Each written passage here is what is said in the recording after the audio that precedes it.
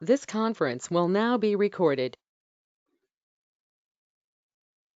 So today we are meeting here.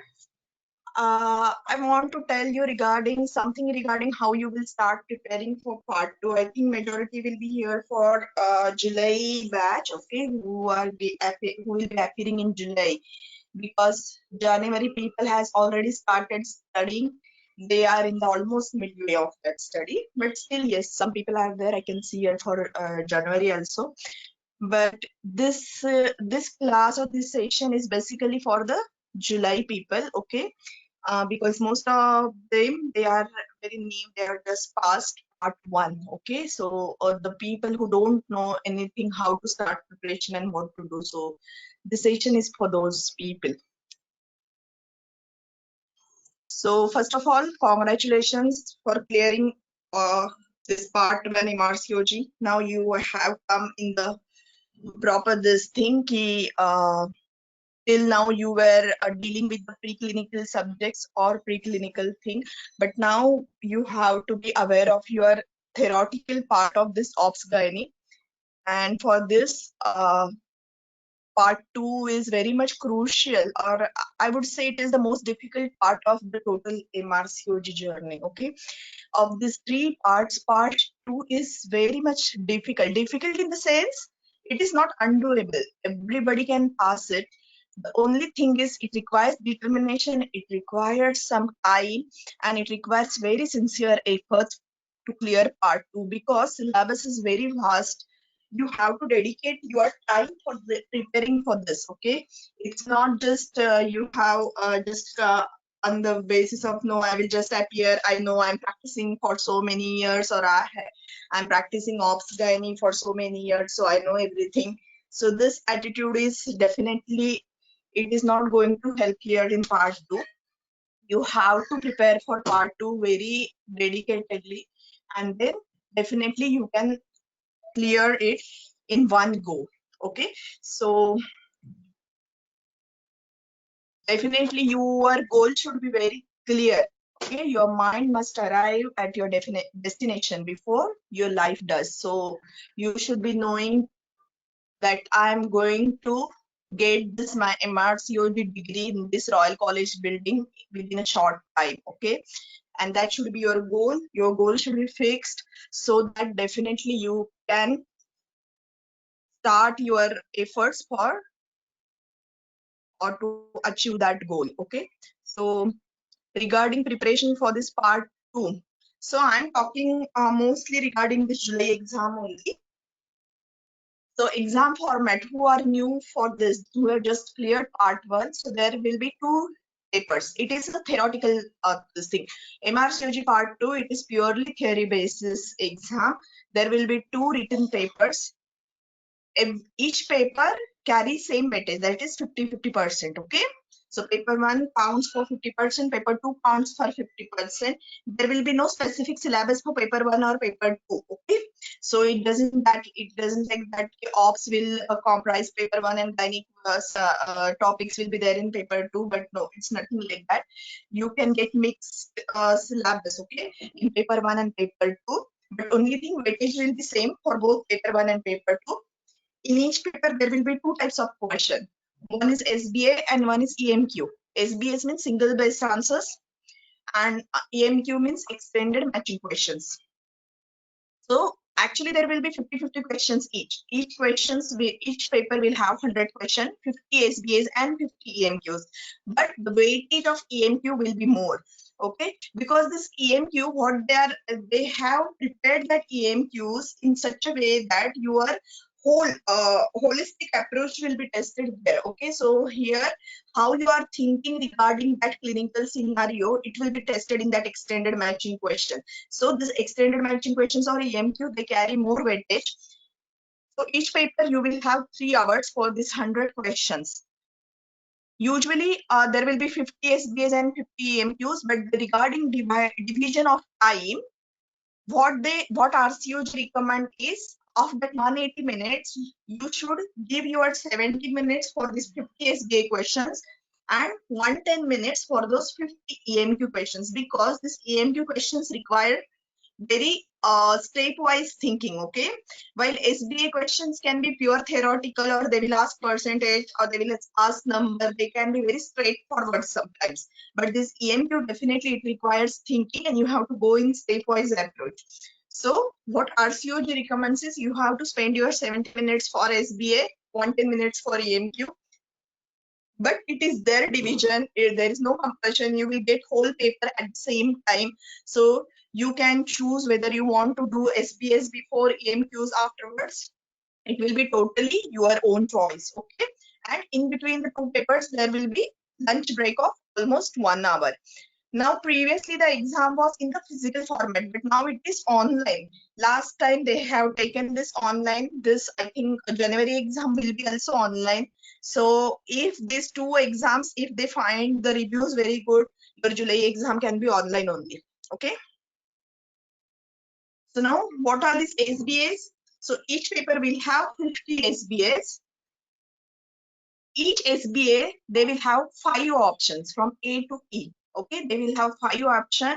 So question, in the question, it is a lead statement. So you will get a question and list of 5 options. So you have to choose the correct answer.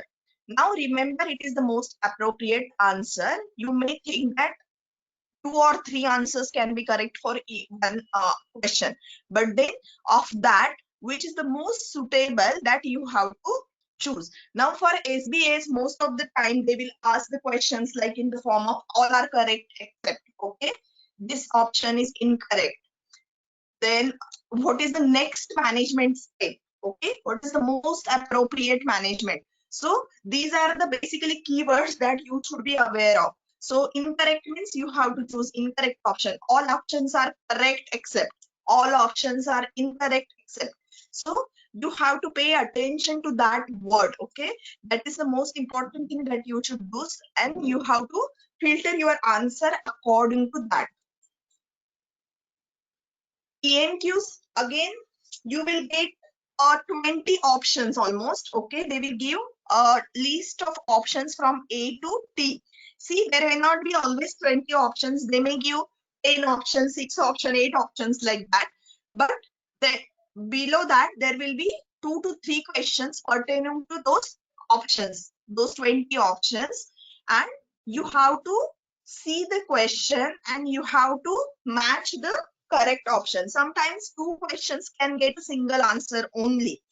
One thing is there regarding EMQ, what we usually, or all mentors usually tell, that don't see the options first. While solving the EMQs, don't see the option first. First read the question, frame your answer, and don't go to the options, because the options are very much confusing. They are very nearer to each other. Okay, so in that case you might get more confused. So in that, what is the best ideal way to solve the EMQs is, don't look at the options list. Okay, just first see the question, form your answer. What can be the possible answer for this question, and then go to the option, so that you will get the idea how you have to select that.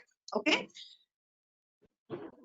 and this paper, so the syllabus for this part 2 exam, it is divided into these 14 modules. Okay, and these are blueprinted modules. That what you mean by this blueprinting means, definitely you are going to get questions on each and every module. Okay, no module will be left optional. Okay, so you have to study all the modules.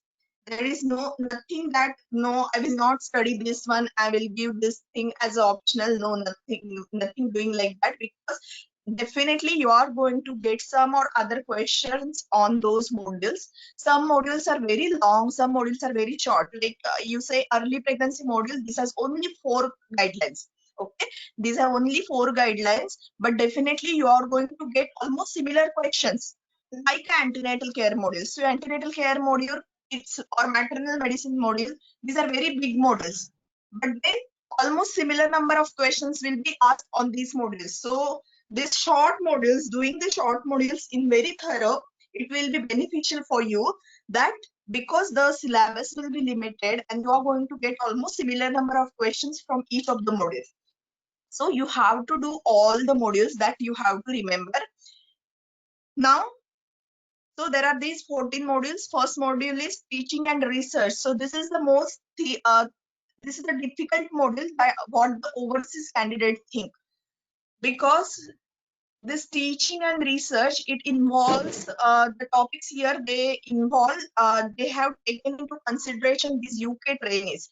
So the topics are according to that method, or that in that system, how the practices are there. So this teaching and research, this module most of the time, because there are no proper resources also to read these things, you have to rely on strategy or RCOG e-learning and some TOG articles for this teaching and research.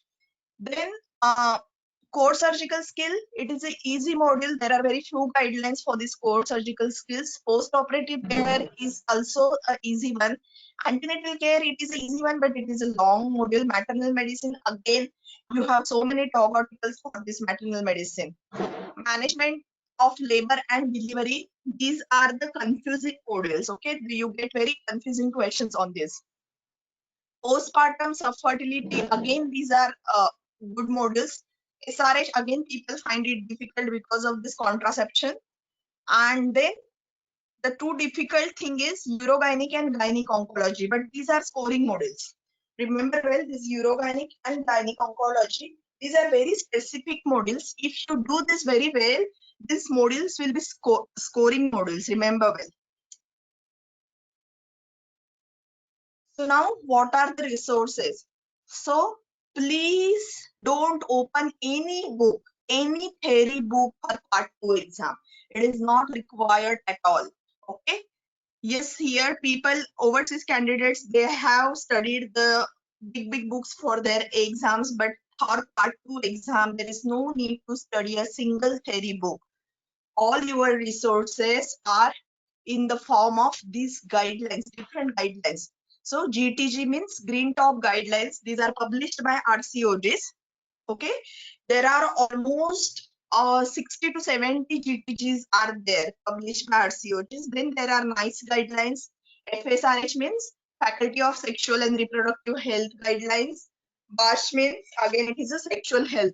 BGCS means oncology modules. And there are different consent advices.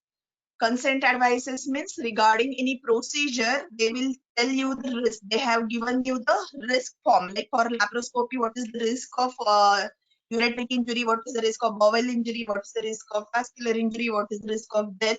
So these are different consent advices for different procedure. These are also very freely available on RCOG website.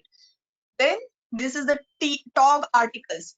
TOG is, it is a journal, the obstetrician and gynecologist. This is a journal, and it is released every quarterly. So there will be, sorry, every 3 monthly. So there will be 4 journal issues every year.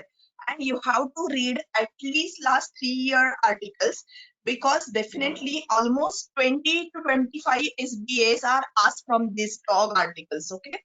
Then another thing which is important source is strategy. So strategy, it is available in RCOG website, but this is not a free source. This is a paid source. Okay, RCOG e-learning.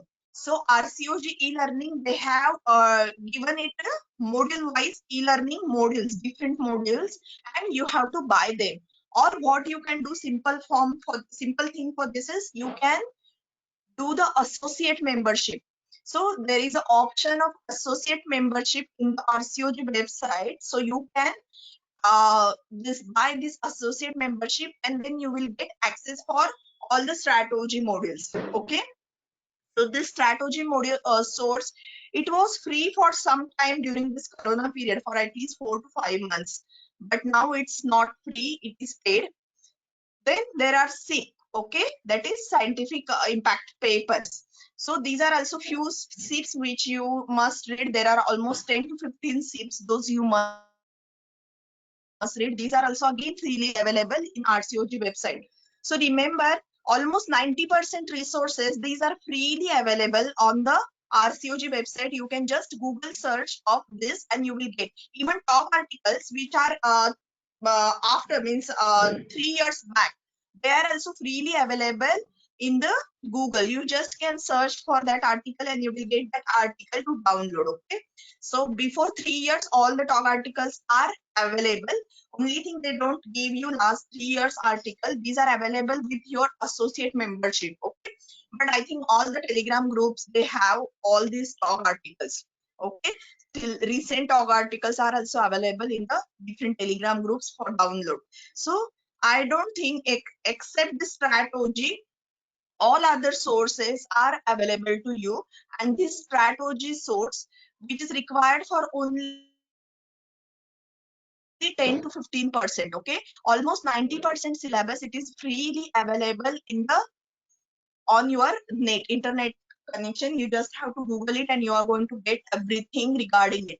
Okay, so now so this is regarding the reading source. Now, so this is where from you have to read the theory and not from any books.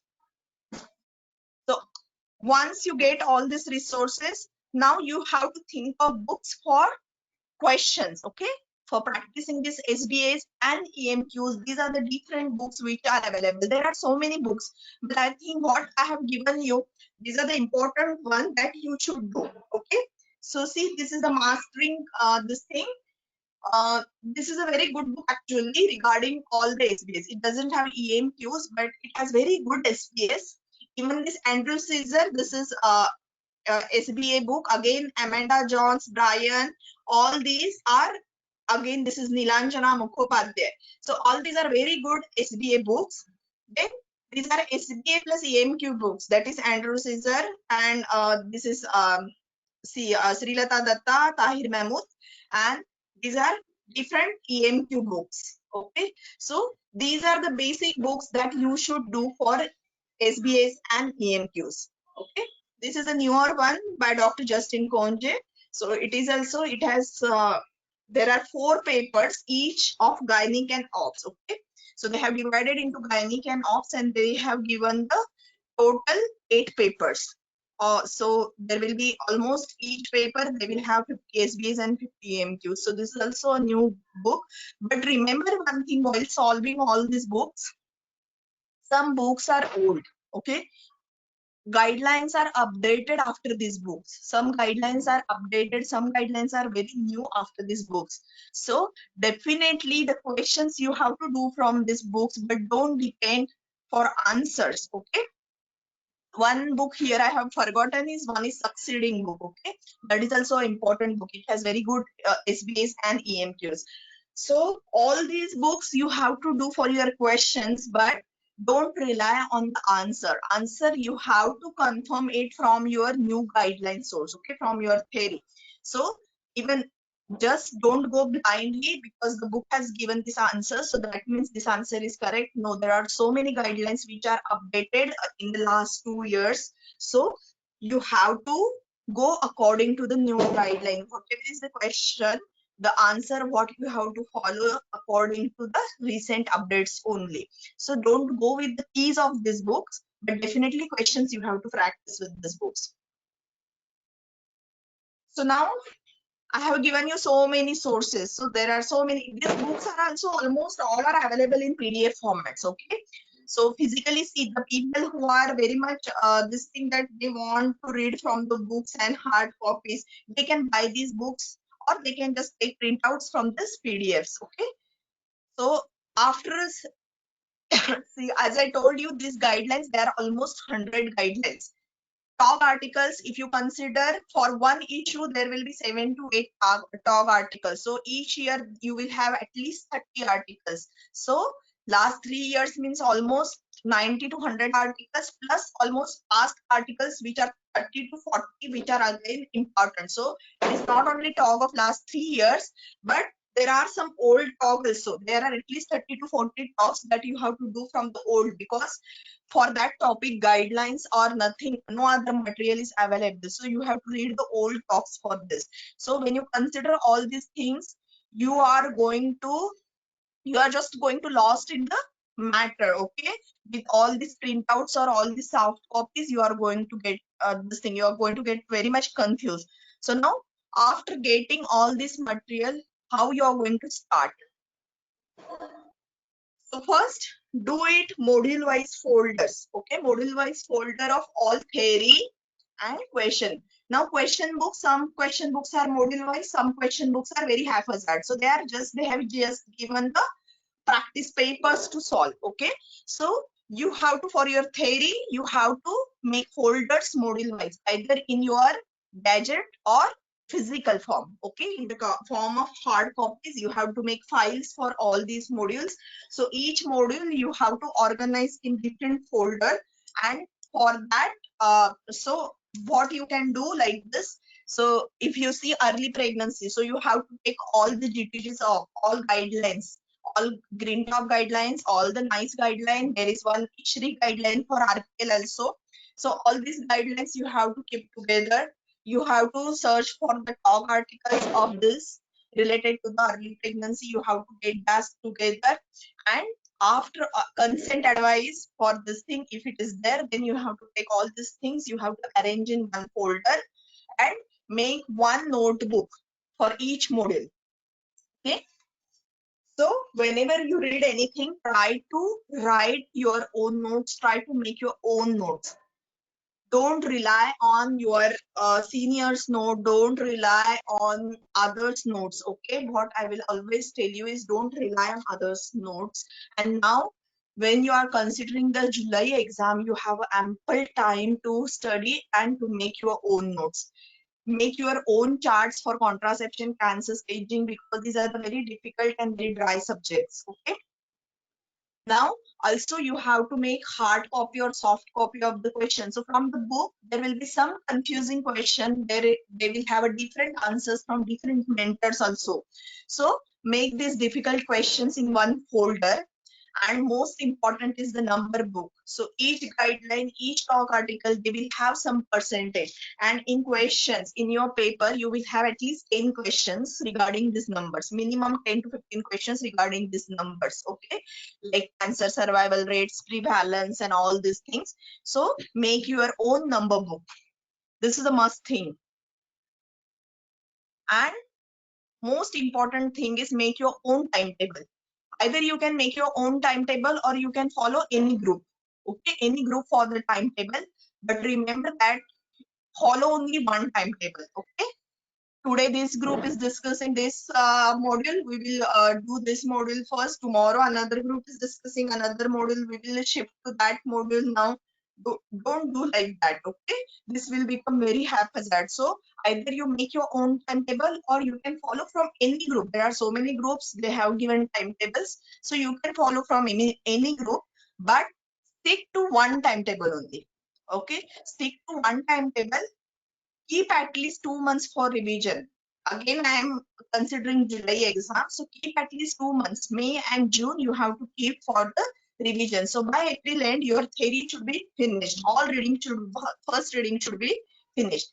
And try to finish all resources pertaining to that particular topic.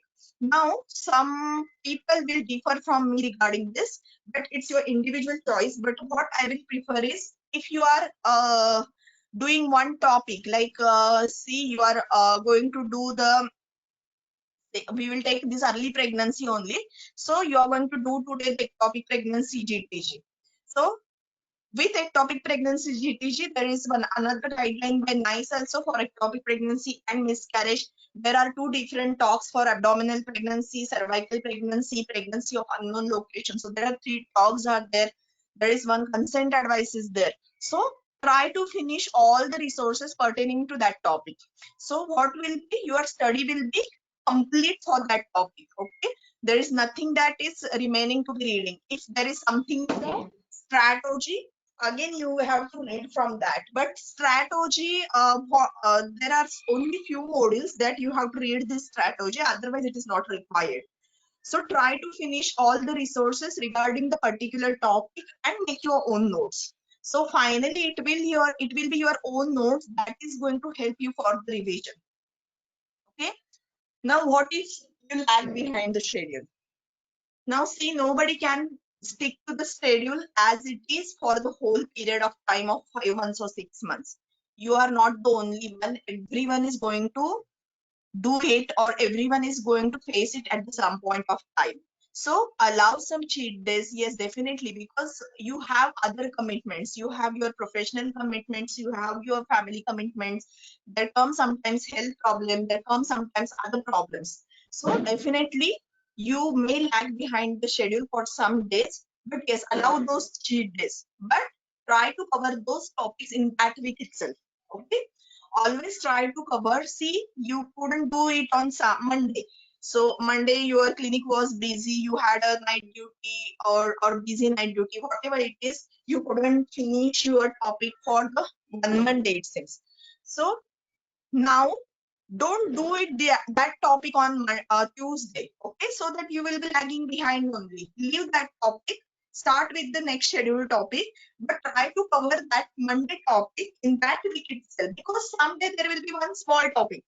So all days the topic will be not that equally difficult, or they are not that equally lengthy. Sometimes in a day, definitely you will get time.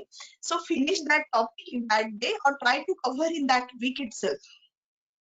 In case because of some other problems like health issues or some problems, if you lag behind a lot, then leave that module and start with fresh module and stick to the timetable. So what I'm trying to telling you here is, please stick to the timetable. If you lag behind, don't get depressed, because if you start to do that topic or you start to complete the lagging timetable, you may miss on the new topics, and again then you can go in depression. No, I'm lagging behind too much, I couldn't finish this. So it's not like that. And another thing I would like to tell you that you have to set your own priorities. So what it is important for you, you have to think of it. Okay, you have your family, you have your profession, you may have your job, your practice, whatever it is. You have to set your own priorities. You have to decide what this MRCOG means to me. Okay, what is the basic aim why you are doing this MRCOG, and depending upon that, set your own priorities and follow those things.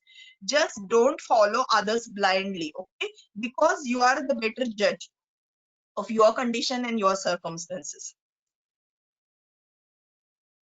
So saying all this, how you are going to start from the day one. So first you have to remember that you have to unlearn yourself. Till now you must be having one degree basic degree for obs-gynae from your own country or something like that. So you know the basic things, but these basic things is not what RCOG wants from you. Okay, so you have to unlearn yourself. You might be following some textbooks for your exam, for your postgraduate exam in your own country, but those textbooks may not be according to the RCOG recommendations. Okay, some remember, well, some American recommendations and RCOG, ACOG and RCOG, sometimes they are quite opposite to each other. So when you have decided that you are giving this RCOG exam, you have to follow their guidelines. Whatever practice you are practicing in your clinic, in your hospital, in your setup, it is totally different to what RCOG tells you to do. Okay, it might be. Sometimes it might be the same, sometimes it might be the totally different. So you have to unlearn yourself and you have to follow their guidelines. Okay, so whenever you start reading guideline, first reading, try to read the guideline word to word. Okay, it is just word to word from A to Z. You have to read that guideline.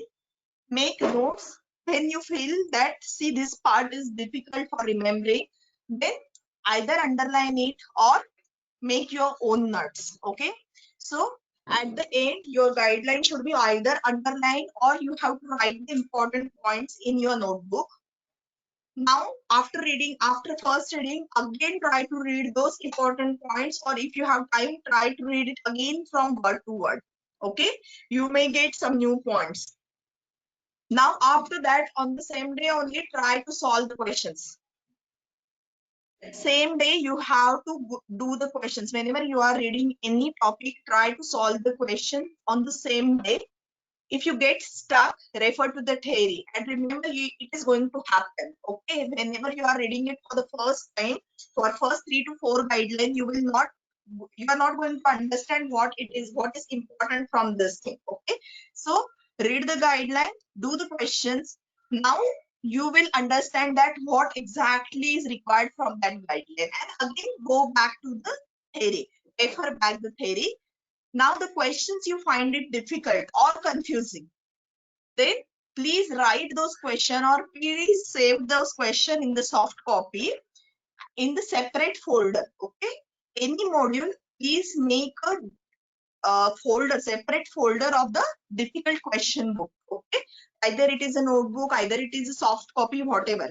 So at the end you will have your difficult question bank ready for the revision. Okay, those are the questions, those you are going to again attempt or again do during your revision time. Other tips and tricks how you have to do it in one book.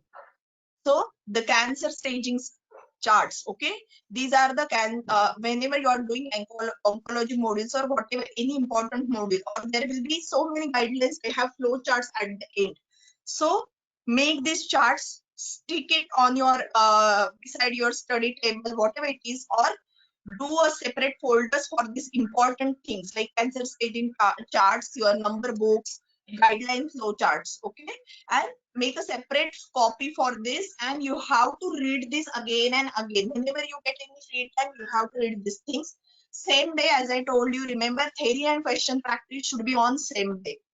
It is not that you just keep on reading the guidelines and at the end of 3 months you are going to take out the question book and then it will be whole new thing to you.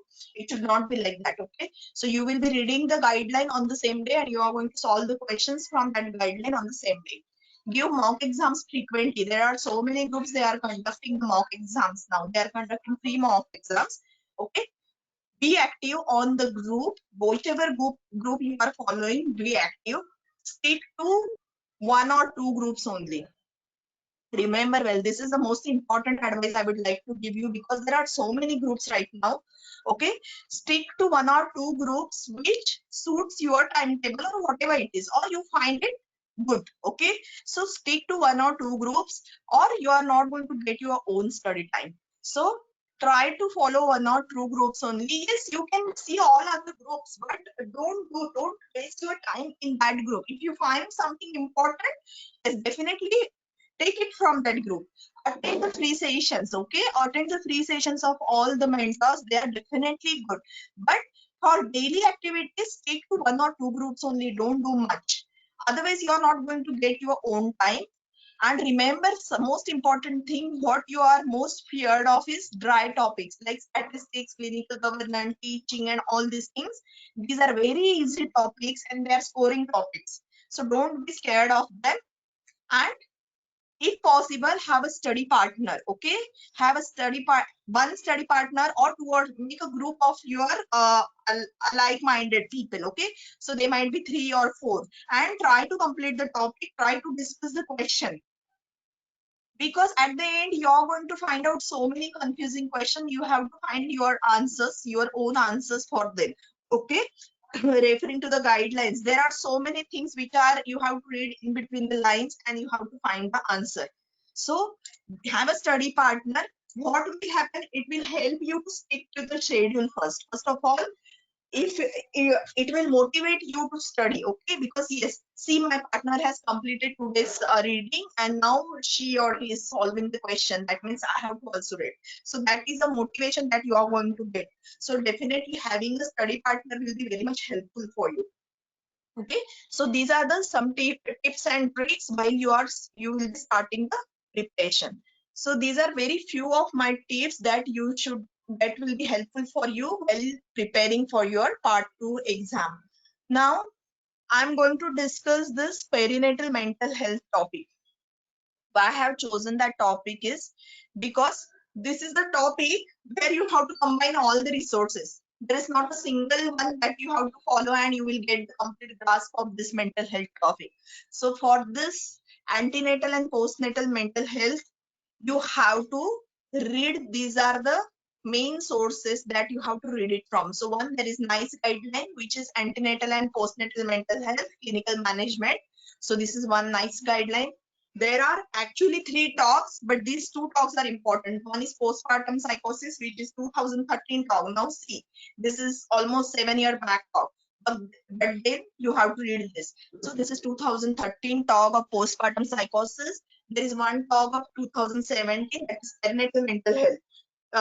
This is not a very detailed thing that you should read, but there are some quite few points are there in this talk. Those are important.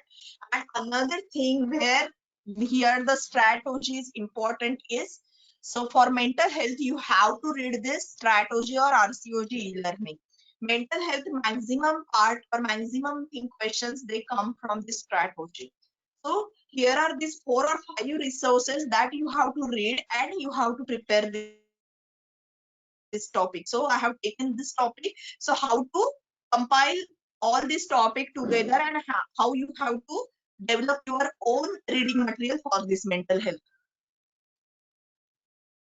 So coming to the mental health topic, remember 1 in 10 women, they will develop mental health illness during or after the pregnancy. Most common are depression and anxiety. So 12% depression prevalence is around 12% and 13% prevalence is anxiety. Some women may experience both depression and anxiety. Also, in postpartum period, depression and anxiety, they affect almost 15 to 20% of women. And 3 to 5% they are severely affected and they require some input from the secondary cares or admission or specialty mental health services. So what are the mental health disorders which are common in pregnancy and postnatal periods? So anxiety disorders like panic disorder, generalized anxiety disorder, obsessive compulsive disorder, post-traumatic stress disorder, and tocophobia. They can also occur. They can occur on their own or they can coexist with depression. So these are the various mental disorders, mental health disorders that can be, the woman can get affected during the pregnancy. So early identification of these disorders in the perinatal period, it is important to improve the outcomes for the both mother and the baby. So psychiatric assessment, it involves history taking, mental state examination, risk assessment and investigation. Screening tools, they have been developed to identify these women who require further assessment and assistance. So all women, they are when they are coming for antenatal booking, they should be specifically asked about mental health issues at the booking visit, and it is recommended by the NICE. Remember well, so all women should be asked. It is not at-risk people or something. So this can also come as a question. Okay, so all women, they should be specifically inquired about their mental health in the antenatal booking visit. Now, how you are going to screen for the depression? So, for depression, screening questionnaire, it is known as Woolley's question. Okay, Woolley question. So, what are these Woolley question? This, in the past month, have you often been bothered by feeling down, depressed, or hopeless?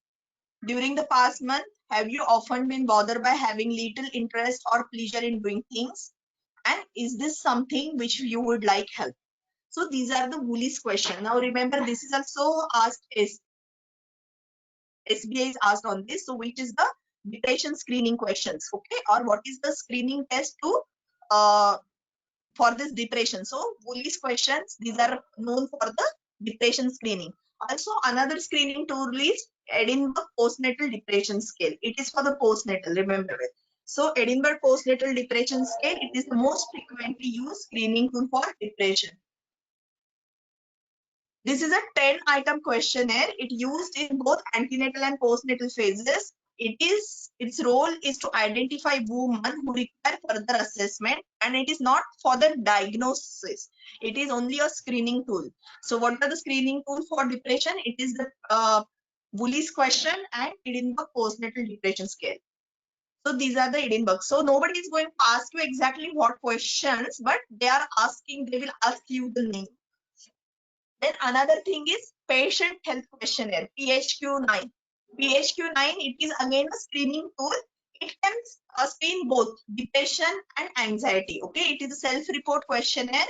It is a screening tool for mental health disorder. It includes both depression and anxiety. So remember, for depression, it is Woolley's question and Edinburgh postnatal depression scale. PHQ-9 is used to screen for both depression and anxiety. Now again, I am not going into details. The questions you don't require. Okay, only thing you should name what are the screening tools. So here, depending upon the scoring, the severity of depression is assessed. Another then, next is screening tools for anxiety. So anxiety, there are two screening tools. One is GAD-2 and GAD-7. Okay, GAD-2 is generalized anxiety disorder scale. There are only two questions. Okay, so the basic screening tool for anxiety will be GAD-2. If the woman scores 3 or more on GAD-2 scale, then you have to apply GAD-7 for further assessment. Okay, so these two are again on this GAD-2 and GAD-7, they have asked SBS for this. So you have to remember the names of all the screening tools for depression and anxiety. So for GAD-7, they have decided that further evaluation is recommended when the GAD-7 score is more than 10. Okay, this GAD-7 scale, it is also effective in screening other disorders like panic disorder, social anxiety disorder, and post-traumatic stress disorder. So GAD-7, it is also useful for screening of this panic disorder, social anxiety disorder, and PSTD. Now, what are the red flags in perinatal mental health for psychosis and suicide? So, recent or rapidly changing significant alteration in mental state, emergence of any new symptoms which can include either psychotic symptoms like delusion, hallucinations, or severe anxiety in relation to her infants or other children welfare. Psychotic symptoms that involve the infant, thoughts of violence, of self-harm or suicide, acts of violence. No need to remember the scores. You just only need to remember the names of this thing. For anxiety, what you are going to use. For depression, what you are going to use. Okay, no need to remember the question. No need to remember the scores. So acts of suicide and acts of homicide also. Okay, so act of violence regarding self or others. Okay, new persistent non-reassurable ideas and expressions of these ideas where the woman believes that she is incompetent as a mother or feel estranged from her infant, pervasive guilt or hopelessness, deterioration in routine function like self-care, care of the infant or avoidance of the infant, not eating well, severe insomnia, and psychomotor retardation. So all these symptoms, they are red flag in the, whether it is in the antenatal or postnatal period. These are the red flag sign. Whether, so these require referral to the specialist healthcare services, which is known as perinatal mental health services. Okay, so these are the indications for referral to perinatal mental health services, and these four you should always remember. See, before this, I have given you this red flag signs, okay? But these are the indications that you should always remember for this referral of perinatal mental health services. So, women with current illness where there are symptoms of either psychosis, severe anxiety, severe depression, suicide, self-neglect, or harm to others, and which have a significant interference with her daily functioning. So such illness, it may include psychotic disorder, severe anxiety or depression disorder, OCD, or eating disorders. Woman with a history of bipolar disorder or schizophrenia. Woman with previous serious postpartum mental illness like puerperal psychosis. And women who are on complex psychotropic medication regimens. So women who are on antipsychotic or antidepressants. Women who are basically previous history of any bipolar, severe mental disorder, previous history of any puerperal mental disorder, that is postpartum psychosis, and severe current illness. So all these are indications for referral to mental health services. Also referral, it can be considered for the moderate symptoms which are developed in late pregnancy or early postpartum period. Also, if the woman has current mild illness, okay, mild or moderate illness, but she has a first degree related with bipolar disorder or puerperal psychosis. So when there is a family history of bipolar disorder or puerperal psychosis, even with mild disease, you should refer her, okay, because with this family history, there is high risk of recurrence. So definitely with a mild disease also, if she has a positive family history, you have to refer her for the specialist mental health services. Now, while in her antenatal care, you have to consider for this late pregnancy care meetings. So this involves this perinatal mental health team, mental health nurses, or your midwife obstetrician. So it is a multidisciplinary meeting with by a team of doctors. So this late pregnancy meeting should be done with the woman and her family. Remember well, it should be done with her family and that woman herself to identify the specific triggers and stressors that can increase the risk of relapse. Alert each professional to the individual's early warning signs. Consider strategies to reduce risk of relapse. Discuss the psychological therapy and medication which is to be given in labor and postnatal period. Involve the patient and her family in her care planning. Formulate a plan regarding the assessment and monitoring of the patient's that mental state throughout the labor and postnatal, because for mental health the postnatal period is very important because this is the most common period for relapse. Formulate a management plan if the woman relapses in the labor or early postnatal period. Consider admission to MBU. MBU is a mother baby unit. Okay, so it is a specialized unit where this mental health disorder people, they are kept along with the baby, because if she is kept in the psychiatric hospital or psychiatric ward, she has to be kept separately, dividing her baby. Okay, so for that, and in UK, if the baby is not with the mother, the baby is sent to social care services. Okay, if the mother is not with the baby, it is very difficult, and most of the time it will be sent to the social care services. So for that, it is better to admit her in the mother baby unit. So here the baby can be with the mother. And discuss a referral to child and family social care services. Now, after coming to this, so after this assessment and her antenatal management or management plan, you are going to decide, you have to decide her illness. So basically these are the three things this which is most important, and you have to diagnose and differentiate between these three. That is postnatal blues, postpartum depression, and postpartum psychosis. And most of the time questions are asked on these only. So first is postnatal blue. It is a very mild disorder. It is a very common disorder. Remember well. So it occurs in first 3 to 10 days postpartum. So first 3 to 10 days after the childbirth, the woman may experience low mood or mood lability. Remember that it is just a low mood or mood lability.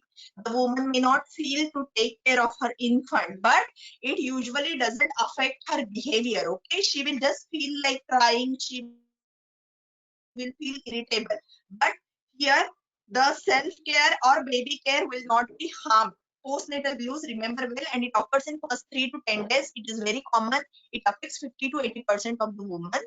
It is similar, incidence is similar in breastfed and bottle-fed mothers. Okay. Also, in the hospital delivery or home delivery, or those who are stayed for longer time in the hospital. So incidence is same everywhere of this postnatal blues. The signs are variable, but the woman may display tearfulness or anxious or irritable. This lasts approximately for 48 hours and it peaks on the day 5 postpartum. See, all these red colored things, these are highlighted. So these are the keywords that you get usually in your EMQs. Okay, you get most probably EMQ for differentiating between this postpartum blues, depression, and postpartum psychosis. So you have to remember these keywords while solving any EMQ. These are mild self-limiting symptoms and they just require reassurance and monitoring. A migraine type headache also occur in about 30% of postnatal women, and it is associated with postnatal blues. What is the reason for this postnatal blues is the progesterone and estrogen, these are higher in women with this postnatal blues, but the cortisol levels are similar. Prolactin levels are also higher in postnatal blues, and these may correlate with this anxiety and depression. So these are the causes for postnatal blues. But here the most important thing that you have to remember it occurs in first few days. Woman may be tearful, she may irritable, anxious, okay, and but it doesn't hamper with her self-care or the infant care. That is the differentiating point that you have to remember for this postnatal blues. Now, depression. So postnatal depression. Depression in the perinatal period is very common. Overall prevalence of depression is around 11% in the pregnancy. They have given percentage trimester wise, but no need to remember the percentage trimester wise. But up to 30% of women affected, they still have depression beyond the first year of postnatal period. And 40% have risk of relapse. So, key symptoms of this postnatal depression. This is the persistent sadness and low mood, loss of interest and pleasure, and fatigue or low energy. So these are again keywords that you are going to get in your EMQs. So whenever there is a keyword like persistent, a woman is feeling persistent sad, low mood, she has loss of interest or pleasure in her routine activities. So these are known as a postnatal depression. Okay. Associated symptoms are disturbed sleep, poor concentration or indecisiveness, low self-confidence, poor or increased appetite, suicidal thoughts or acts, agitation or slowing of movements, guilt or self-blame, and impaired functioning. So these are associated symptoms, but main symptoms or these key symptoms that you have to remember. What happens, why this depression is more common in postnatal period or perinatal period? Because they discontinue their antidepressant medication during pregnancy because they think that the medication may be harmful to the fetus, and the risk of relapse then during pregnancy is significantly higher to stop these medications. Okay. So you have to tell to the patient that pregnancy is not a protective factor. Pregnancy is not going to protect you from the relapse, but if you discontinue the medication, the risk of relapse and again harm to that baby is more if you continue the treatment. Okay. So if you continue the treatment, the resultant harm will be less if you then if you stop the treatment, and the baby you will get relapse and then the baby will be affected. Okay. So if she continues the treatment, the risk will be less than that of relapse. So incidence of postnatal depression, it is 10 to 15 in every 100 women. Okay. And in 3% it is severe depression. Now again, it is remember that time of depression, time of postnatal depression. So it is a gradual onset in the first 2 weeks, and there will be bimodal distribution. Okay, so there will be 2 peaks they can occur. So one is at around 2 to 4 weeks and another is 10 to 14 weeks. That you have to remember. So whenever you get any question, you have to remember the time period also. Previously for postnatal blues, I told that it is first 3 to 10 days and it peaks on 5 days. While for postnatal depression, it is around 2 to 4 weeks and another peak it is around 3 months. Okay. So diagnosis during this latter phase or second peak, it is often missed. Woman who has a previous history of major depression or family history of postnatal depression, they are likely to have experienced postnatal depression. Okay. So the almost risk in case of family history or previous history of depression, it is around 40%. Okay. So a history of postnatal episode in first degree relative. So positive family history, it is an important predictive risk factor in patients with recurrent depression. The prognosis is good, but there is high risk of recurrence in future pregnancies. So recurrence of future pregnancies, again, it is a common asked SBA for this postnatal depression. So risk of recurrence for postnatal depression is 1:2 or 1:3. So that means around 50%. Pregnancy is a major psychological event, and 50% of women with postnatal depression, they develop their symptoms during pregnancy, but they get unnoticed. So treatment for this depression, so for mild to moderate cases, the basic treatment is not pharmacological, but it is usually a cognitive behavioral therapy. It is called a CBT. So it is a CBT and counseling. It is a low intensity psychological input. For moderate to severe depression, it is again CBT and pharmacological treatment also. So you can use these drugs for moderate to severe depression, but for mild depression, it is only CBT. Okay.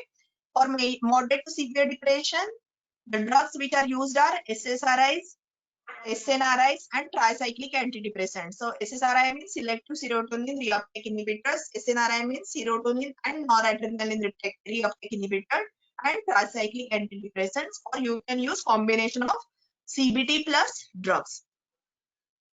For severe depression or depression with catatonic feature or psychotic features. So for more severe depression, it includes switching to another drug, augmenting treatment, so addition of any mood stabilizer or antipsychotic drug, or in very severe life-threatening depression, it can be ECT also. So for severe or very severe depression, there is the treatment options are change in drug, addition of antipsychotic, and ECT. Admission to hospital, it should be done if the mother is assessed to be a danger to herself and her baby. That means if there are acts of any suicide or self-harm or harm to others. Okay.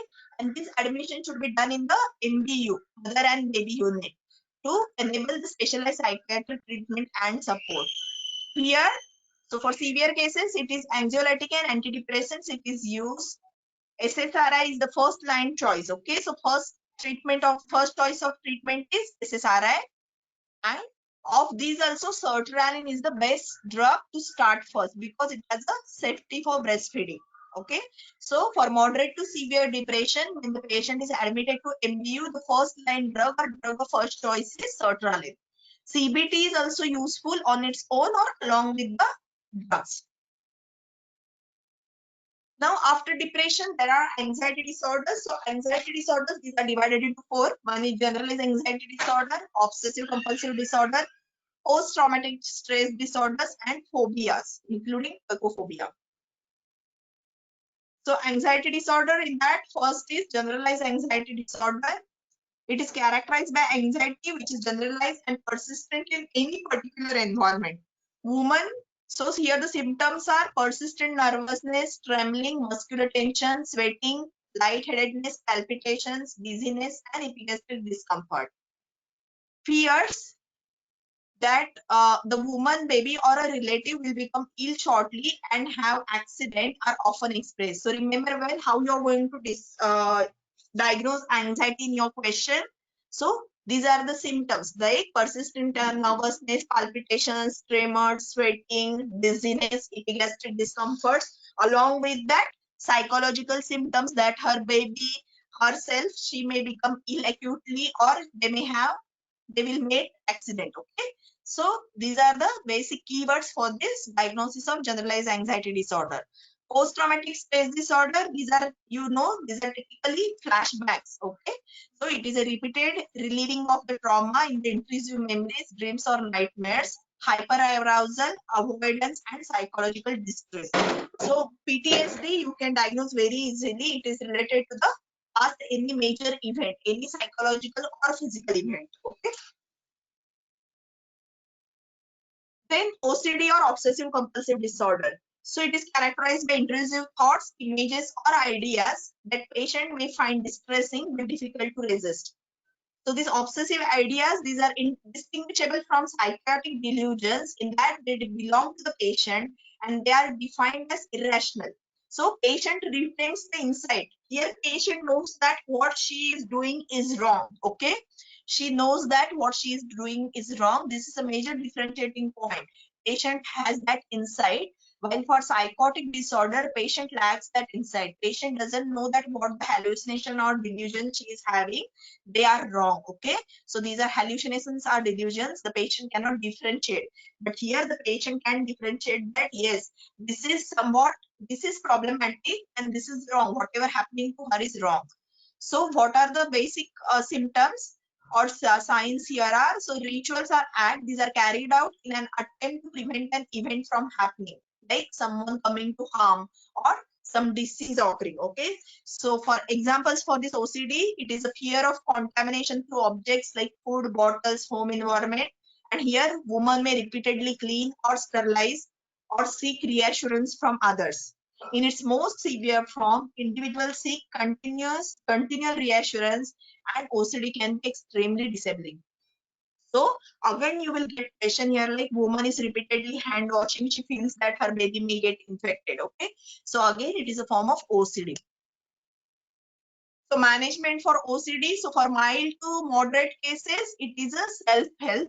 So here the reading or online materials is given to the patient, and it is a basic, the form of it is a cognitive behavioral therapy. So it is a CBT, it is the treatment for the mild to moderate episode. So CBT is the first line treatment for PTSD also, or post-traumatic stress disorder also. For moderate to severe OCD or PTSD, it depends upon the individual's presentation history. So treatment option are high intensity psychological intervention. Now, what do you mean by low intensity and high intensity? So low intensity means very, uh, it is a spaced CBT. So there will be sessions with a long gap. While high intensity, so here the CBT, which is very frequent. Another thing is pharmacological treatment you can use here, that is drugs. They can be either SSRI, SNRI or PCS, or you can use combination of both like CBT plus drugs. For severe OCD, they should be admitted to the MBU for inpatient treatment. Again, it is same like severe depression, switch to another drug or add any antipsychotic or benzodiazepines. Okay. Very rarely ECT is used in the treatment of treatment-resistant OCD. Now, tocophobia. This is a morbid dread and fear of pregnancy and the birthing process. Some women with this phobia will avoid pregnancy and childbirth altogether. This tocophobia, it is classified as primary or secondary. Primary means morbid fear of childbirth when the woman has no previous experience of pregnancy. So it is the first time. Or secondary, it is after a traumatic birth experience. Okay. So women have given birth previously and that birth experience was very traumatic to her. So what do you mean by traumatic to her? Means the patient may wanted a normal vaginal delivery and she may have to go through the, after long process of labor, she may have to go for emergency cesarean section. Sometimes she will have a painful instrumental vaginal delivery, sometimes a perineal tear, sometimes a bad baby outcome. So all this comes under traumatic birth experience in previous pregnancy. Then it is called a secondary. Usually the woman will able to overcome the avoidance of pregnancy because she has that powerful desire to become mother, but they still harbor a deep fear, and this may result in decision to terminate the pregnancy or seek for elective cesarean section. Here what is important here is, so for tocophobia you have to seek the history of any child sexual abuse or previous sexual assault. Okay. So she may develop aversion for this routine obstetric care or vaginal examination. So history of sexual assault or child sexual abuse can be there when there is a patient complaints of tocophobia. Also, a trauma during vaginal delivery, it causes resurgence of memories, okay, of childhood sexual abuse and contribute to secondary tocophobia. So for tocophobia, treatment is she should be booked for consultant-led care. Here, confidentiality should be provided. The counseling is important so that woman feels safe, that she can disclose her fear and she is being listened. Okay. So here a basic good relationship should be there between the doctor and the patient and midwife. Okay.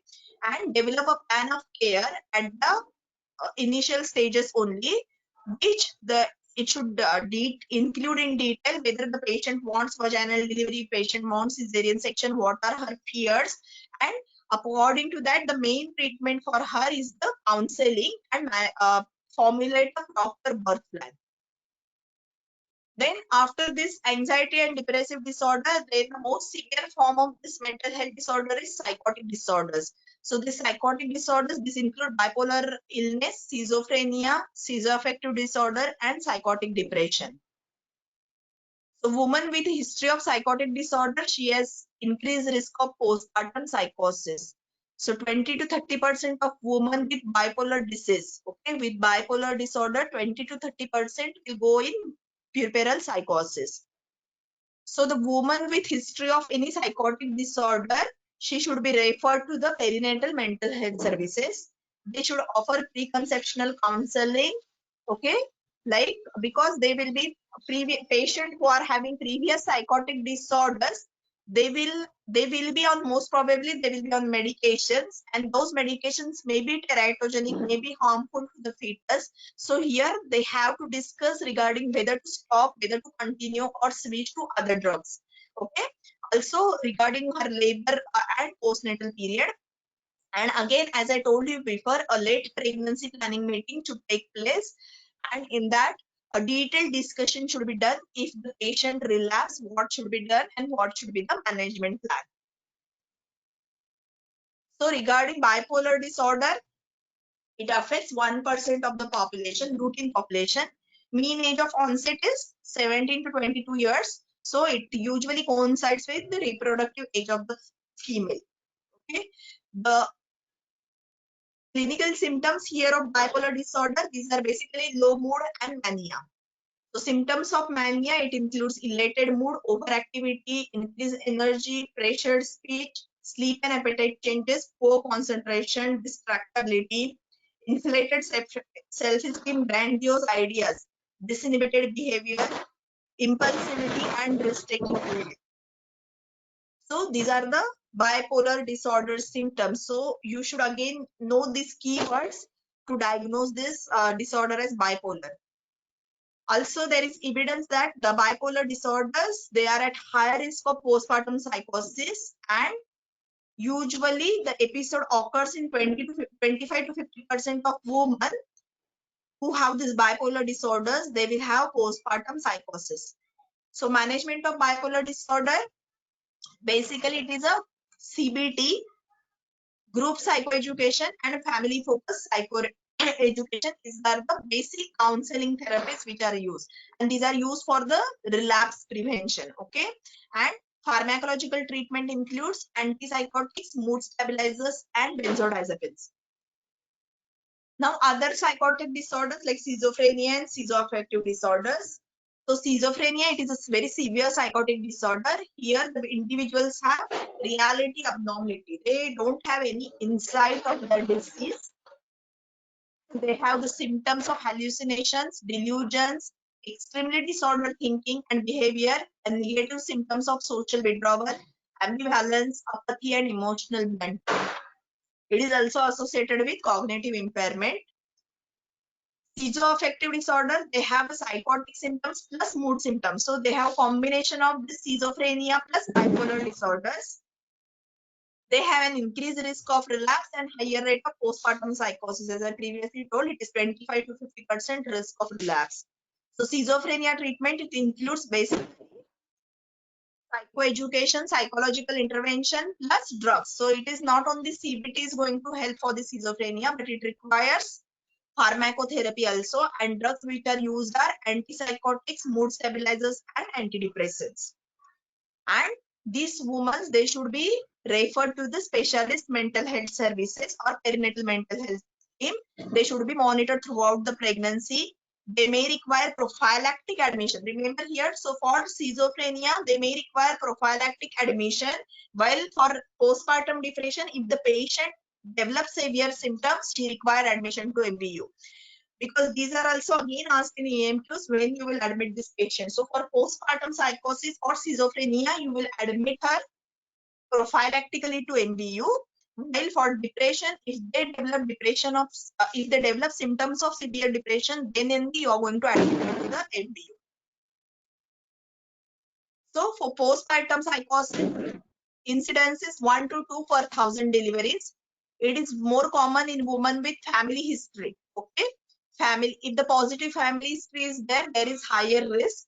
Those with also who have history of bipolar disorder, they have also an increased risk of postpartum psychosis. So when these two are combined, remember this is again a frequently asked SBA. History of patient is having bipolar disorder plus family history of postpartum psychosis. Okay. So positive family history of postpartum psychosis plus the patient is having bipolar disorder, then the risk of having postpartum psychosis is almost 74%. This is again a repeatedly asked. Why?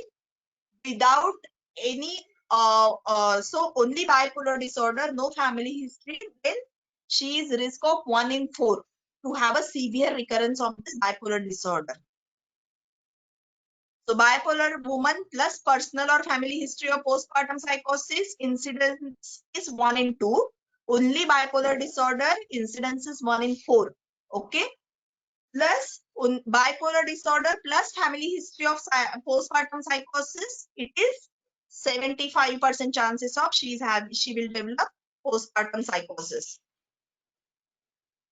So when there is no history, no personal history of any psychiatric disorder, the risk of postpartum psychosis, it is only 1 to 3%. Signs and symptoms of postpartum psychosis. Again, please pay attention to all these red words, okay? So first sign of illness, they can be non-specific, like symptoms of insomnia, agitation, and odd behavior. Progression is often rapid. A few hours later, woman is considered psychosis and often severely disturbed. So remember, it's very fast, okay? And the symptoms will be hallucinations, delusions, fear, perplexity, confusion, agitation.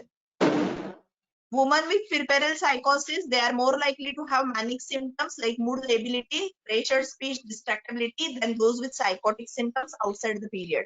Also, most important is rapidly changing mental state. It is always there in your question. Remember, rapidly altering mental state, it points toward puerperal psychosis.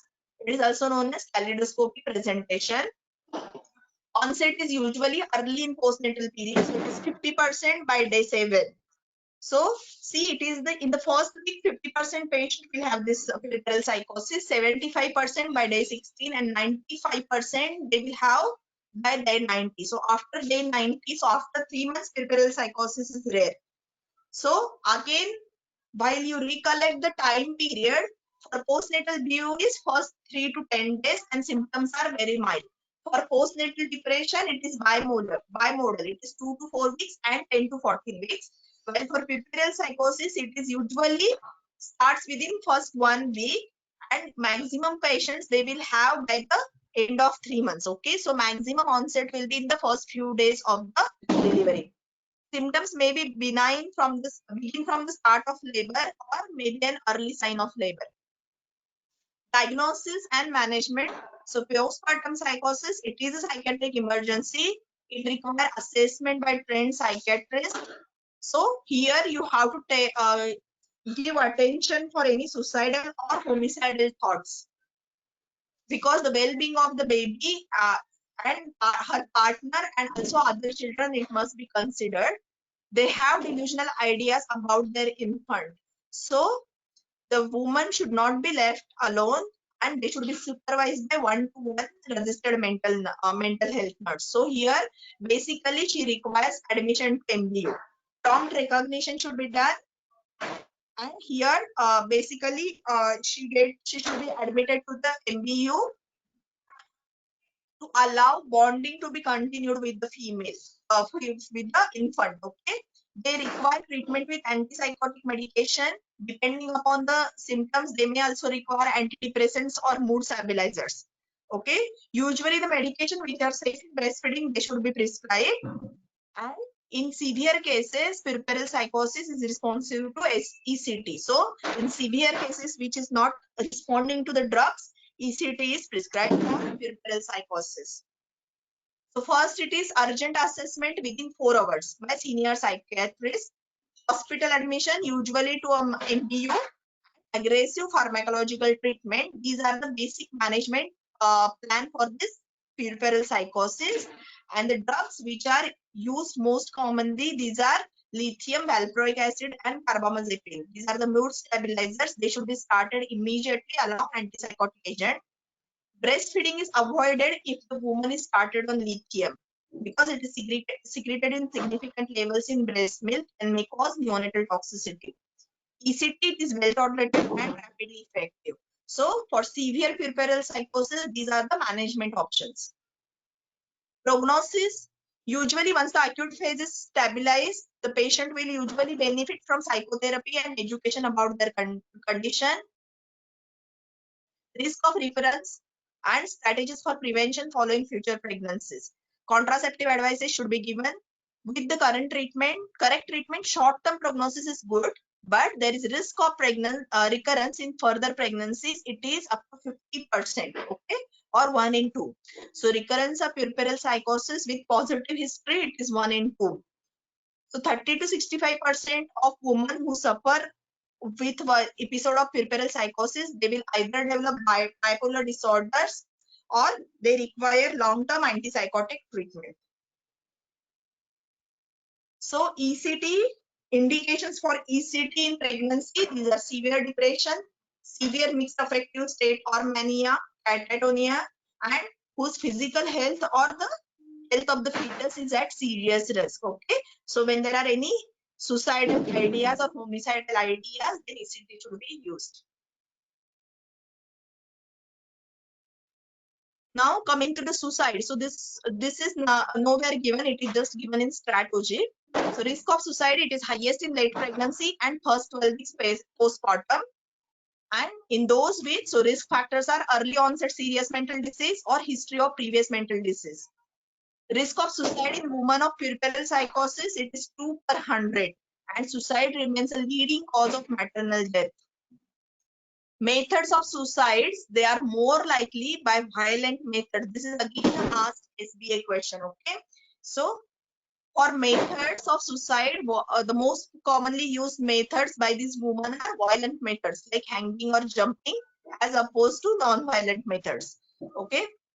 And the risk population is disadvantaged backgrounds, but also in disproportionate increase where the women come from a elite background or good backgrounds.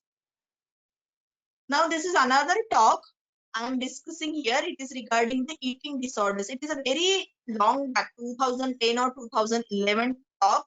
Not much is important here. You should just only know regarding this table. Okay, this table and management. So here they have basically differentiated between these eating disorders.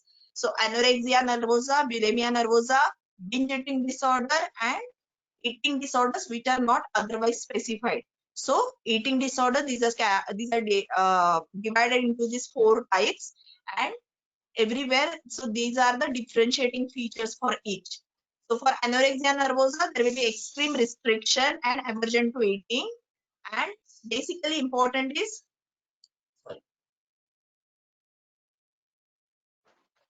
basically here important for anorexia nervosa is the morbid body image perception. Okay. So here the body image perception will be totally altered. While for bulimia, there will be binging on large quantities of food in a short period and then purging it. Okay, so it will be a binge per cycle at least twice a week to diagnose bulimia nervosa. Binge per cycle twice a week. Binge eating disorder, it is usually uncontrollable excessive eating, but there is no purging and eating in secret, even if not hungry.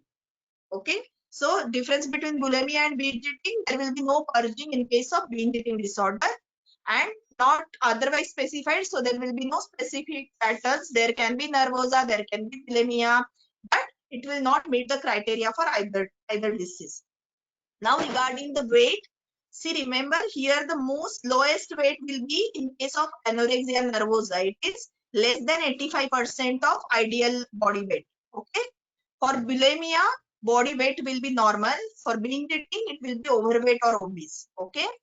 And in bulimia nervosa, you will see potassium depletion and dental caries. This was a SBA once. Okay. So that's why I'm asking. I have given this table. Here, eating disorder which are not otherwise specified. So again, the weight might be either less than 85% of ideal body weight or more than 85. So when there it is totally not specified, whenever you cannot put in any one category, it becomes eating disorder, not otherwise specified. Psychological association. So yes, as anorexia nervosa, there are other psychological involvement will be there. So there will be social withdrawal, there will be irritability, depression. So other psychological disorders prevalence will be more here. Even in case of bulimia also, there will be OCD will be there, depression, anxiety can be there. Binge eating disorder also, there will be depression, panic disorders. Okay, so all eating disorders, they are associated with either other psychological disorders. Now, for anorexia nervosa and bulimia, the more prevalence is there in the females, 9:1. It is similar for both. While binge eating disorder, they almost occur almost equally in both males and females. It is 3:2. And most common eating disorder, it is non-specified. Okay, very less common is nervosa. It is 0.3 to 1%, 1.2 to 4% for bulimia, 1 to 2% for binge eating. So at booking, NICE recommends screening in high risk. So as I told you, according to the NICE guidelines, in all patients, mental health should be assessed. Okay, but for eating disorders, it recommends only in high risk women like low body mass index, so low BMI, those who are very much stressed about their body weight and body image, GI symptoms, physical signs of starvation or repeated vomiting, psychological problems, and here you have to ask these two questions, that is, do you think you have eating problem or do you worry excessively about your weight? So these are the screening question. And another thing is cough questionnaire. Okay, you have to remember this word only. No need to remember the question. So this cough questionnaire is for eating disorders. So whenever you find any eating disorder, how you have to manage. So this is the algorithm for management of eating disorder. So here you have to remember that patient may not disclose her eating disorder history. So for that you have to take these measures, check the BMI and ask specific questions whenever you suspect any high risk. Okay. Once ED is excluded, you can go for normal pregnancy care. If the patient gives positive history, if the patient has any referral letter, any previous known case of ED, then you have to identify it as a eating disorder patient, and you have to see what type of disorder she has, and then it will be a multidisciplinary team. So multidisciplinary team means obstetrician, an ED specialist, dietitian, mental health team, obstetric anesthetist, and imaging specialist. Here, basically, it is the mainly depend on the counseling and patient education. Do baseline medical investigation, advise around weight gain and nutrition. Make a care plan. Most commonly, baby is at the risk of FGR, okay, or growth retardation or small for gestational age. So for that, serial ultrasound is recommended. Psychotherapy, drug therapy is the value is in question, okay, whether the drug therapy helps for this eating disorder in pregnancy. But if it is non-responsive, then you have to add the drugs. Intrapartum care, you have to aim for vaginal delivery, cesarean section only for obstetric condition. Postpartum care, you have to watch for relapse and other issues like postnatal depression. And long-term management, it is long-term psychotherapy. Okay, so this is regarding the management of eating disorders in pregnancy. Now, another problem is there when the mother delivers a stillborn baby, okay, or immediate postpartum death. In that case, you have to give the family option of any one or more of the following. So, seeing either a photograph of the baby, having mementos of the baby, like she can have a footprint, she can have a handprint, she may have small hair lock, seeing the baby or holding the baby. So all this should be offered to the patient, okay, so that she may not go in long-term grief. Now, most important thing of this mental health disorder is regarding the drugs, various drugs which are used.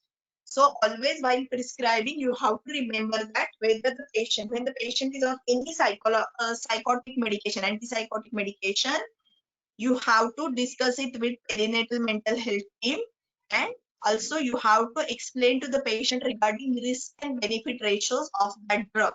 Whether, so what if the drug is stopped, how much is the risk of relapse in her case, and if the drug is continued, what are the risks to the baby, and whether they can alter the drug or not. And whenever you are choosing any drug newly during pregnancy, you have to see that it has the lowest drug risk profile, and you have to start with lowest effective dose, polypharmacy or multiple drugs, they should be avoided if possible. Also, you have to see that some drugs, they require dose adjustment or specific monitoring. Like for lithium, you require specific drug monitoring, serum levels monitoring. Okay. So whenever you consider, or when the woman considers stopping any medication, you have to see that whether the patient is having mild illness or severe illness. If the patient is having severe illness, if she decides to stop the treatment, you have to discuss with her regarding whether to restart the medicine, whether alter to the another drug, other psychological interventions like use of CBT, or increasing the level of drug monitoring. Okay. And always you have to tell her the risk of stopping the drug and chances of relapse. Now, if the patient already on any drug, and which is the teratogenic drug, and she becomes pregnant and she comes to you in first trimester, first confirm the pregnancy, explain that stopping or switching the medication, it may not remove the risk of fetal malformation, because already she has gone through the period of organogenesis, offered screening of fetal abnormalities, and explain the need of additional monitoring of the baby. Also, there is some uncertainty about the risk associated with medications, and you have to tell her regarding that. Always all side effects or all congenital malformations, they may not be explained. Okay, sometimes some new malformations can arise, and ideally she should be referred to the perinatal mental health services. So coming to the specific drugs, regarding antidepressant drugs, there are actually three classes. One is SSRI, SNRI, and tricyclic antidepressants. So SSRI, which are used, are citalopram, escitalopram, sertraline, and paroxetine, while SNRIs used are duloxetine and venlafaxine. So coming to the specific risk of these antidepressants, they are at risk of congenital malformation, small increase in the risk of persistent pulmonary hypertension of newborn, poor neonatal adaptation syndrome. These are the main disadvantage of this SSRI and SNRIs. And paroxetine is responsible for fetal cardiac anomalies. Remember well, this is asked question. So paroxetine, it is responsible for cardiac anomalies. So what do you mean by this poor neonatal adaptation syndrome? It is irritability, sleep disturbance, persistent crying, tachypnea, hypoglycemia, poor thermal regulation, and occasional seizures. This is usually mild and self-limiting. There is little evidence, but at least the baby should be observed for at least 72 hours, because a majority of symptoms, they develop within 72 hours of delivery. So this poor neonatal adaptation syndrome, it can occur with all tricyclic antidepressants, SSRI and SNRI, but most commonly with paroxetine and venlafaxine. Okay, so these are the two drugs it's better to avoid during pregnancy. Sertraline and paroxetine, these are safe in the breastfeeding. Okay. Now regarding tricyclic antidepressants, so which are these drugs are amitriptyline, clomipramine, imipramine, and nortriptyline. So they are not clearly associated with any congenital misformation or miscarriage.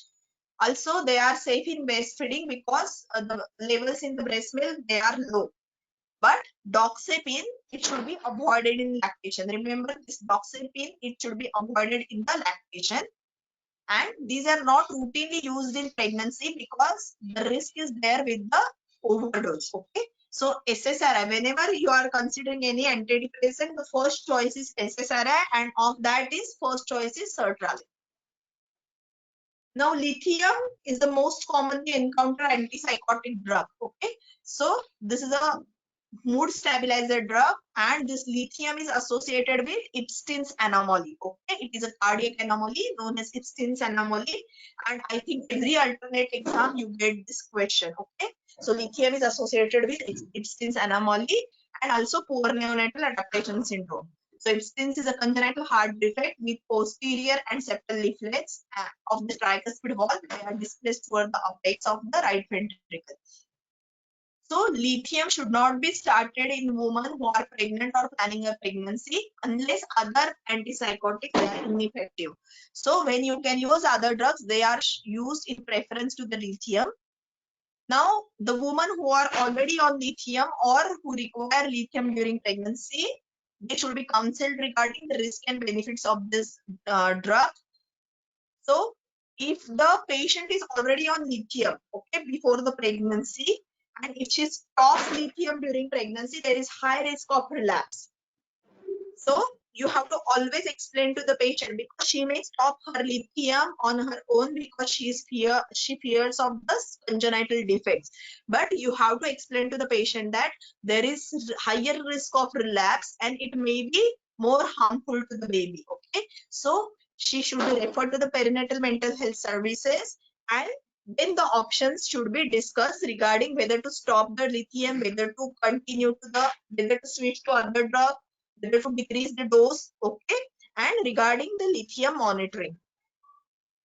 So the women who are at highest risk of relapse, they are advised to continue the lithium throughout the pregnancy. So monitoring, if the patient is on lithium, you have to do this therapeutic monitoring of the lithium. And how you are going to monitor the lithium is, so for in the first pregnancy up to 36 weeks, the level should be measured every 4 weeks, and then you have to measure from 36 weeks every weekly. Okay. So lithium toxicity, it occurs when plasma level is more than 1.2 millimole per liter, and lithium toxicity means symptoms are nausea, vomiting, cramping, and sometimes diarrhea. And acute toxicity, they will usually, the signs are neuromuscular signs like tremors, dystonia, hyperreflexia, and ataxia.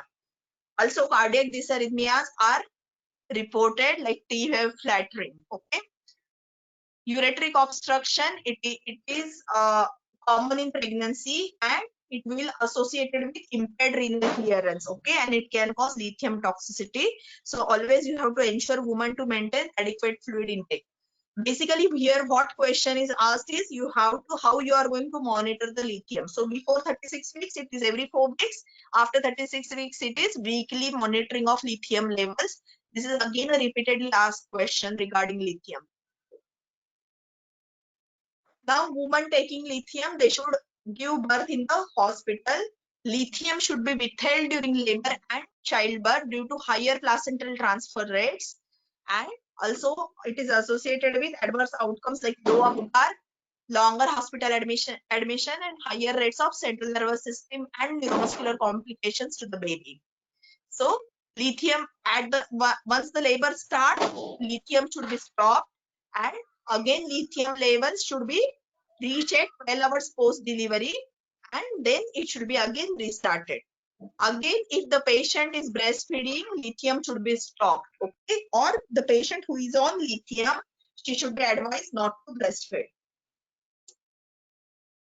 Now, regarding the anticonvulsants, as you know all, valproate should not be used in the childbearing age woman. Okay, NICE recommends that valproate should not be used in childbearing age woman unless this drug is damn necessary. So no other options are available.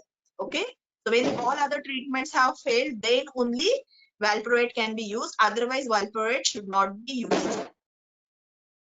And if she has been prescribed sodium valproate, she should be informed regarding all the risks associated to the baby. So what are the risks associated with this valproate? These are neural tube defects, cardiac anomalies, skeletal anomalies, hypospadias, and fetal valproate syndrome. Also lower IQ, poor motor functioning, poor language skill, impaired emotional functioning, impaired behavioral functioning, increased risk of autism and autistic spectrum disorders. Another anticonvulsants which can also used as other antipsychotic is carbamazepine. So women should not be offered carbamazepine if they are planning to have a new pregnancy or breastfeeding. So why? Because the risk of fetal malformations like neural tube defect, but the neurodevelopmental delay, the risk is uncertain. While for breastfeeding women, carbamazepine is safe. Remember well, carbamazepine is safe for the breastfeeding. Regarding lamotrigine, I'm not going into detail here because see, lamotrigine levels, they both in pregnancy, what happens to the lamotrigine level is because of impaired drug absorption, there might be decrease therapeutic levels of lamotrigine, so that seizure relapse may be there. Okay, relapse of epilepsy or relapse of the disease may occur. So here therapeutic drug monitoring may be required for this lamotrigine. Breastfeeding is safe for lamotrigine, but serum level should be monitored. Then antipsychotics, as you know, they used to treat bipolar disorders, schizophrenia, psychotic depression, and postpartum psychosis. So it can be taken as an oral or parenteral drug like intramuscular injection. They act by blocking dopamine pathways in the brain. So two types of antipsychotic medications are there. Conventional antipsychotics like chlorpromazine, haloperidol, fluphenazole, or fluphenazine. They do not selectively and they block dopamine everywhere. Okay, so they cause unwanted side effects. Like, and there are atypical antipsychotics like clozapine, risperidone, olanzapine, quetiapine, amisulpride, and sulpride. So they selectively block this dopamine pathways, and the side effect profile is somewhat low than these typical antipsychotics. So what are the adverse effects of these antipsychotics are? Sedation, weight gain, and metabolic syndrome, including GDM and hyperprolactinemia. So prolactin levels, they should be measured in women who are taking prolactin raising antipsychotic medications. Because raised prolactin levels, these are also associated with subfertility. Extrapyramidal side effects are also associated with these antipsychotics. These are akathisia, dystonism, Parkinsonism, and tremor. Fetal side effects of antipsychotics. So these are known to be teratogenic. So, but exactly data is limited regarding what are the lamotrigine require. Yes, lamotrigine actually, according to the epilepsy GTG, lamotrigine does not require monitoring. Okay, therapeutic drug monitoring is not required. But if the seizure recurrence is there, if there are relapses in case of epilepsy, then you have to check the lamotrigine level or change to other drugs. But other guidelines, they recommend this lamotrigine monitoring in epilepsy, in pregnancy. So regarding this fetal side effects of this antipsychotics, it is associated with small for gestational age, increased rates of GDM, preterm, and cesarean section. Also, neonatal adaptation syndrome is commonly observed with this antipsychotics, and it is characterized by somnolence, irritability, insomnia, and tremor linked to extrapyramidal side effects. Olanzapine and clozapine, this is associated with weight gain, 7% weight gain, and also the glucose intolerance. So, olanzapine and clozapine, they have increased risk of GDM, and here glucose tolerance rate should be done at 28 weeks because increased risk of GDM. Also, you have to advise women regarding this antipsychotic medicine that they should follow the diet, and excessive weight gain should be monitored. Then regarding benzodiazepines, so benzodiazepines sometimes they are used as anxiolytics. Okay, there is limited evidence whether they cause congenital malformation or any obstetric complication, but the risk is of benzodiazepine is poor neonatal adaptation syndrome because of benzodiazepine withdrawal. So NICE recommend that they should not be given. Okay, and they can use the other drugs. So benzodiazepine use is not justified in the perinatal period. They should be advised or encouraged to stop the medication. So guiding principle of prescribing, as I previously told, women should be counseled regarding all the risks and benefits, also risk associated with abruptly stopping the drugs, risk of relapse, the risk of congenital malformation. Okay, so all these things should be explained. They should be referred to the perinatal mental health services. And drugs which require specific monitoring, they should be explained how much what monitoring is required, and how they should monitor their weight, diet, and regarding their diabetes status. Okay, so this is the important chart. Remember, this is again important for EMQ. So many times EMQs comes from these drugs. So SSRI, these are associated with persistent pulmonary hypertension of newborn, congenital malformation, poor neonatal adaptation syndrome. Tricyclic antidepressant, it is basically overdose. Okay. Antipsychotics, congenital malformation, but the evidence is lacking. But important is poor neonatal adaptation syndrome, metabolic syndrome, gestational diabetes, and hypoprolactinemia. Lithium, most important thing is Ipsin's anomaly. Okay, that is the most important thing. And then poor neonatal adaptation syndrome and lithium toxicity. Valproate, it is actually it should not be used. So it is associated with lower IQ, poor motor functioning, poor language skill, impaired emotional, behavioral, and risk of autism. And benzodiazepines, poor neonatal adaptation syndrome. So this is regarding the drugs which are used for this mental health disorders. So after this, we will solve some question on this mental health disorders. Please type your answer in your chat box, okay? Just read the question, answer the answer in your chat box. Don't open your mic. The most common time of presentation of postnatal depression.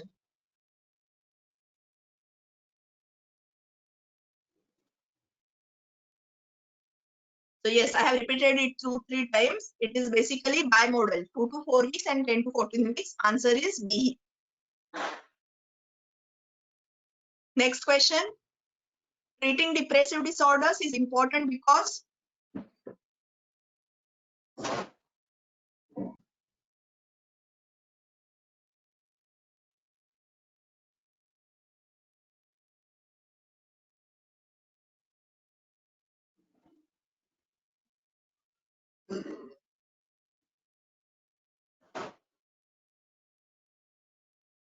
yes, very good. Answer is C here. Because depression is associated with the suicidal ideas. And suicide is the leading cause of death in mothers.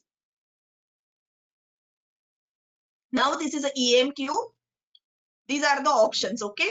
So now you just write your diagnosis after reading the symptoms. So first, woman presents to a general practitioner at 5 days postnatal. She appears agitated. She has not slept for 3 days. She is talking fast and appear confused about why she is there.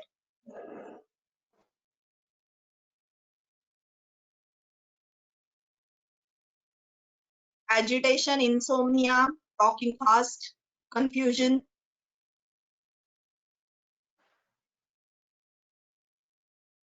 Yes, it is postpartum psychosis. Blues, their symptoms are very mild, okay? It is just irritability or some crying, excessive crying will be there.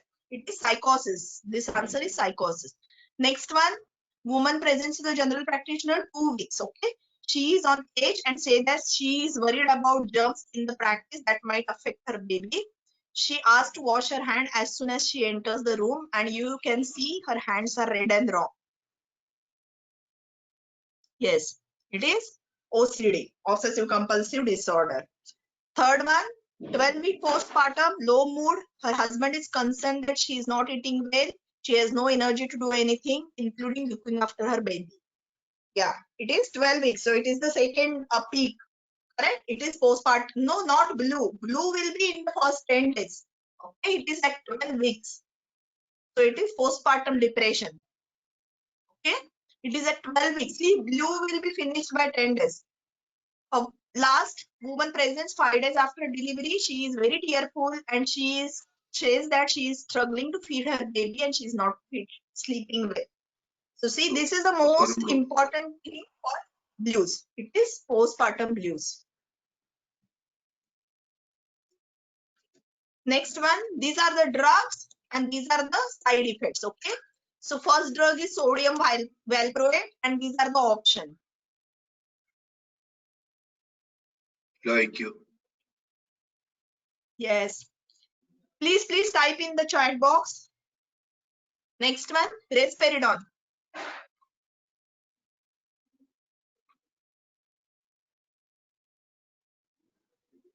Poor respiratory adaptation.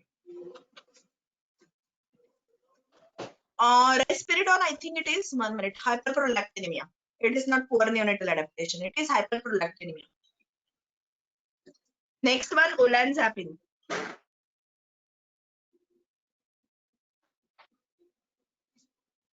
That is Yes, poor. olanzapine is no. It is GDM, metabolic syndrome. Okay, gestational diabetes, weight gain and gestational diabetes.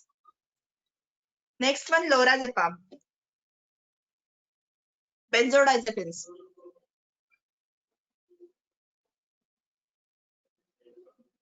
It's withdrawal. Poor name. Withdrawal. Next one, lithium. Toxicity. Toxicity. Yeah, lithium is toxicity. Fluoxetine. Fluoxetine is poor neonatal adaptation. Okay. Next one. A woman presents to the antenatal clinic at 37 weeks. Symptoms suggestive of depressive episode. She is low in mood with anhedonia, sleep disturbances, increased anxiety, reduced appetite. She reports feeling hopeless and worthless and discloses suicidal thought. On further questioning, she has thoughts of jumping in front of train because she has not made any suicidal plan. She has a past history of postnatal depression and family history of depression. What is the best course of action?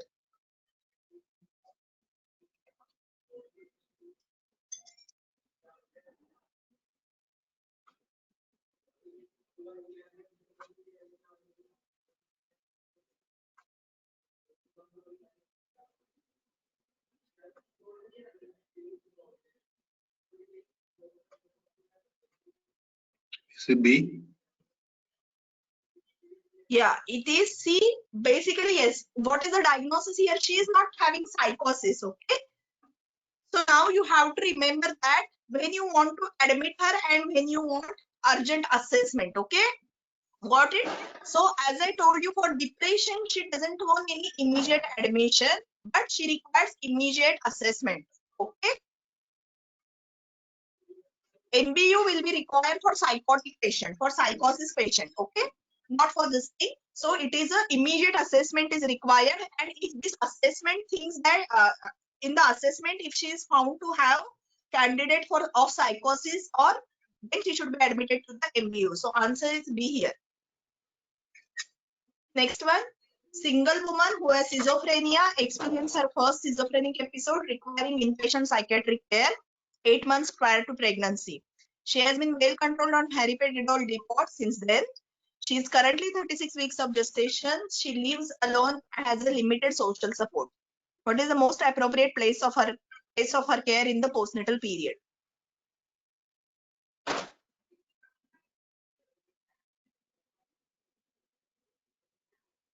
Yes, now here she is having schizophrenia, correct? So she is at risk of psychosis, correct? So here she should be admitted in the MBU. B. Answer is B. B. Yeah. Next one, woman comes to the antenatal clinic at 16 weeks. She tells you that following her previous pregnancy, she was admitted to MBU. Excuse me, ma'am. Sorry to disturb you. Yes. Ma'am, the previous question is not clear. She's not having schizophrenia right now. See, she is history of schizophrenia. Okay, plan of had care. required. Got it? Yeah. Yeah, got it. Yeah. Next one, 16 weeks of gestation. She tells you that she was admitted to MBU following previous pregnancy for few weeks. She is unable to tell you what was her diagnosis, and she is adamant that she does not want to go back there again. She declines an outpatient appointment with the perinatal team. She says that she currently has no psychiatric symptoms and she is not on any medication. What is the best management plan in this situation? C. See, find out what What happened. happened? Yeah, now this question is somewhat confusing. Actually, she was previously in NBU. She had already a previous episodes of any postpartum. Maybe it might be depression or psychosis. Okay, she required admission for a few weeks. But now she is very adamant that she doesn't want any perinatal mental health services. Okay, so right now you can't force her. And if you force her, she will skip the appointments. So better find out with her previous records what happened after her last pregnancy and then arrange a follow-up meeting with her. First, you have to counsel her, okay? You cannot admit her or you cannot direct refer her to the perinatal services because she will avoid that appointment, okay? So answer is C here. Next one, 30-year-old woman, she develops postnatal depression. She is treated by antidepressant by her GP. She makes full recovery. She stopped her antidepressants for a few months before she conceiving again.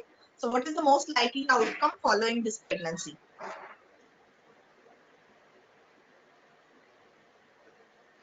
Yes. So B. it is a risk of recurrence. 1:2 to 1:3. Answer is B here. Okay. B. Yes. Next one. Woman presents 5 days post-delivery on the labor ward. Initial assessment, she is fearful and visibly distressed.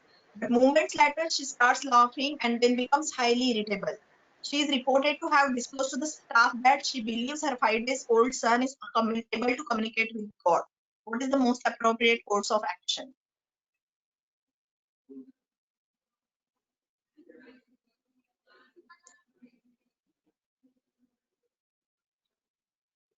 Is it B? B. B. See, she is a case of schizophrenia or peripheral psychosis, correct? Because rapidly changing mental state and she is having those hallucinations, correct? Hallucinations and delusions regarding her baby. Now, but you are not going to admit her to the psychiatric ward. For any schizophrenia or psychosis also, you are going to admit her to the MBU only. Answer is C. C, not psychiatric ward, but MBU admission. Okay? Answer Answer is is C here. C. You are going to admit her to the MBU, not psychiatric ward. Okay? So, this is regarding this mental health question. Hope this session was useful to you. And one thing, just while finishing, I would like to tell you regarding our courses. So we are planning to start this 6 months course from December to June. Okay. And here what we are going to do is we are going to cover the complete syllabus in almost 40 to 45 sessions till April. And then we will conduct the revision course either in the form of recall questions and question papers or in the format repeat lectures only. You will have mock test module wise. You will have 5 complete mock exams. Okay.